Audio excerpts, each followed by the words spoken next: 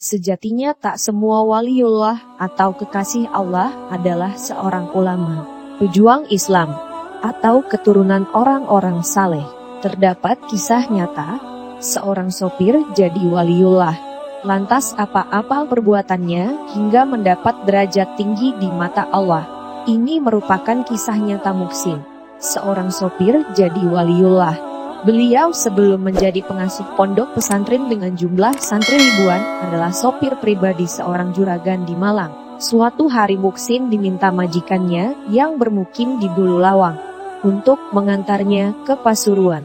Majikannya mau berkunjung ke kediaman salah satu kiai besar yang sudah kesohor derajat kewaliannya. Sebagai sopir yang baik dan rajin bekerja, Muhsin mengantar sang majikan. Menempuh perjalanan sekitar 1 jam. Akhirnya, mereka sampai di pondok pesantren Kiai Hamid bin Abdullah bin Umar. Muhsin tak mengantar majikannya masuk ke dalam ruang tamu sang kiai. Sebab sebagai seorang sopir, ia merasa sebaiknya menunggu sang majikan di luar saja. Ternyata Kiai Hamid tak mau menerima majikannya jika Muhsin tak diajak masuk ke ruang tamu. Akhirnya, sang majikan menghampiri Muhsin dan memintanya ikut masuk. Kiai Hamid tidak mau menerima kedatanganku, kalau kamu tidak ikut masuk, ujar sang majikan kepada Muhsin. Muhsin pun heran. Ia bertanya dalam hati, kenapa Kiai itu tidak mau menerima majikanku, kalau aku tidak ikut ke dalam? Akhirnya Muhsin ikut masuk ke ruang tamu. Barulah Kiai Hamid menyambut sang majikan dan dirinya dengan hangat. Saat mengobrol, tiba-tiba Kiai Hamid bertanya kepada Muhsin amalan-amalan apa yang dijalaninya selama ini. Muhsin menjawab, ia hanya menjalani berbagai amalan yang dilakukan oleh masyarakat pada umumnya. Tadi kenapa Kiai menolak kedatangan saya? Ketika saya masuk sendirian ke kediaman Anda, dan Anda bilang tidak akan menerima kedatangan saya apabila tidak mengajaknya sopir saya, tanya sang majikan.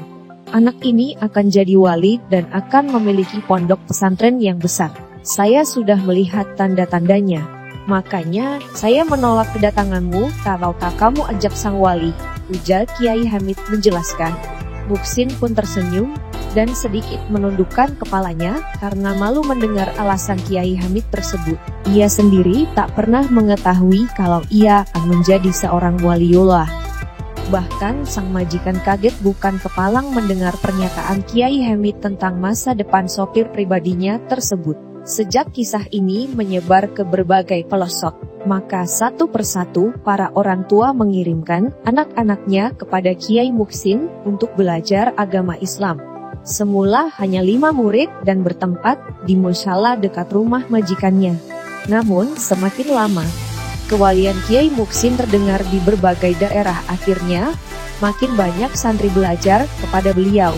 Lalu berdirilah pondok pesantren Al-Makbul yang terletak di daerah Bulu Lawang, Kabupaten Malang.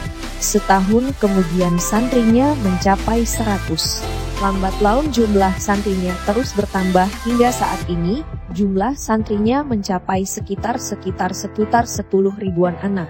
Ternyata Kiai Muhsin menjadi waliullah bermula dari seorang sopir yang selalu takut kepada Allah dimanapun berada.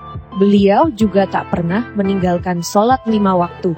Kiai Muhsin juga selalu menjalankan sunnah-sunnah Rasulullah Shallallahu Alaihi Wasallam.